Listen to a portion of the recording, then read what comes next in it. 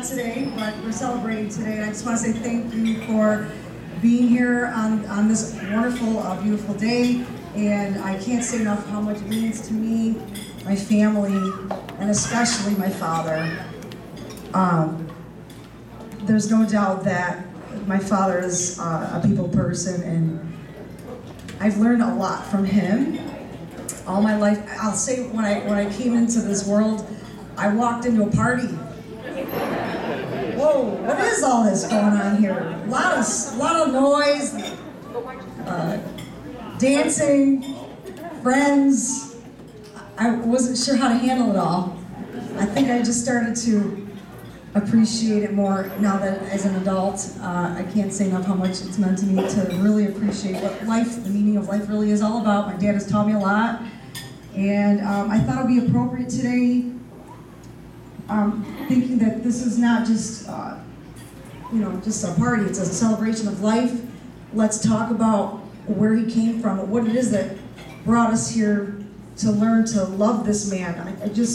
That's one of the things as a kid, I'm like, who is this guy, my father, that everybody loves so much? What is so special about this guy?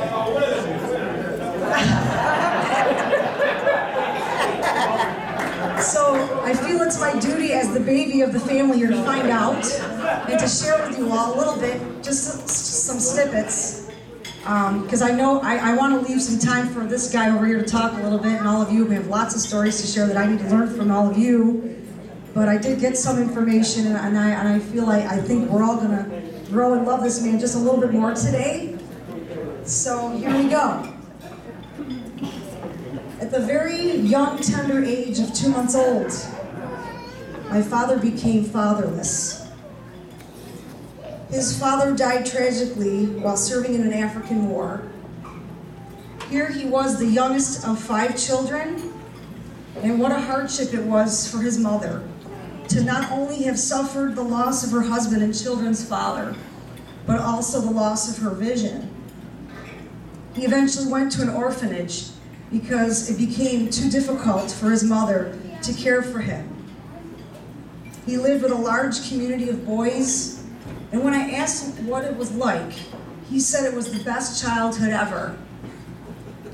It was a playful time. They used their imagination and played all kinds of games together. He got along with everybody. Being a kid in an orphanage, and especially during the era of World War II, he lived in poverty. He didn't have toys, so he would make his own toys. When I asked him what he made, he said he used to make horses and buggies out of wire. He said if ever he got his hands on a toy car, he would go crazy. During one summer, when my father was 14, he discovered the love of motorcycles. The sound of the loud and revving engine got him so fired up and so excited that he decided to quit school to be a mechanic. His mother was well concerned and also knew his dream of playing soccer.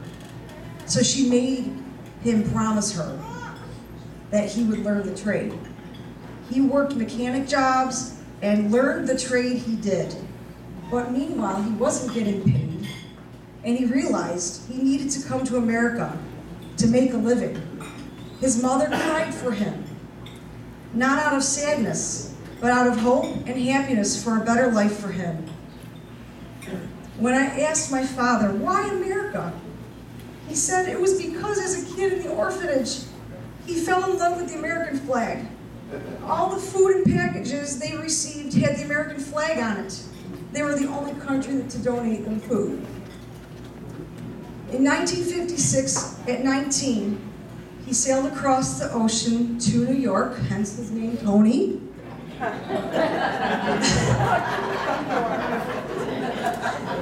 And was warmly received by his good friend, Omero Paris, who told everyone that he played soccer and who paved the way for him. Everyone was waiting for him, and he was surrounded by the love of his people and community more than ever.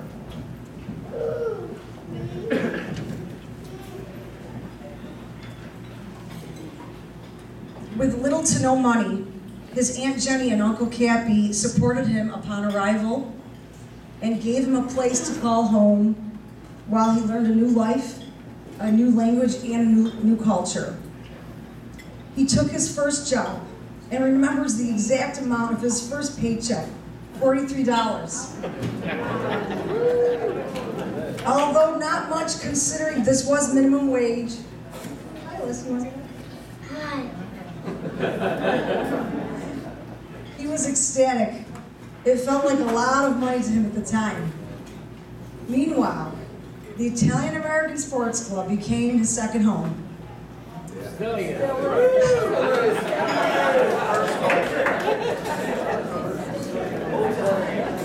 Not only was it the place where he nurtured his friendships and love of soccer, but it was where he found the love of his life. The one and only.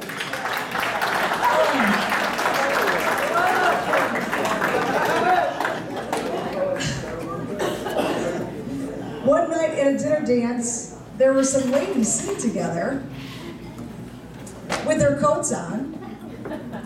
My father said, "The first one to take off their coat is the one that gets to dance with me."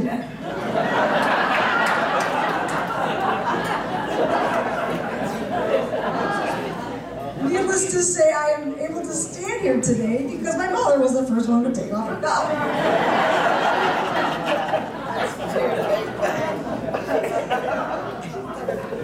One night at a dinner dance, they happily married and started their family. And he soon realized working one or even two jobs wasn't enough to support his wife and family. He knew that if he were to provide a good living for them, he would need to open a business of his own.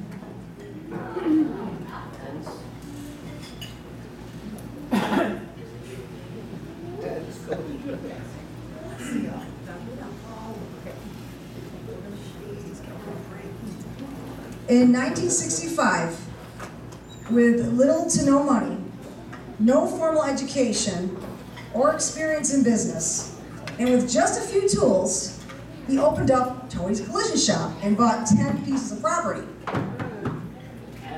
Fast forward 52 years later to 2017, he is still going strong, making memories with his family and his relatives, his 4 children and 15 grandchildren, his Italian-American community here and beloved friends, still married to the love of his wife. The Collision Shop's still going strong by my brother Anthony, and he is still miraculously playing soccer, and drinking wine, and planting and eating fava beans.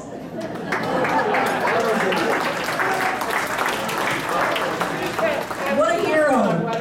What a brave man, what a husband, a father, a grandfather, and friend you are. We are all touched immensely by your love and zest for life, for people, for family, for community. May you always love what really matters. We all love you very, very much. Don't ever change. Happy 80th birthday, Dad.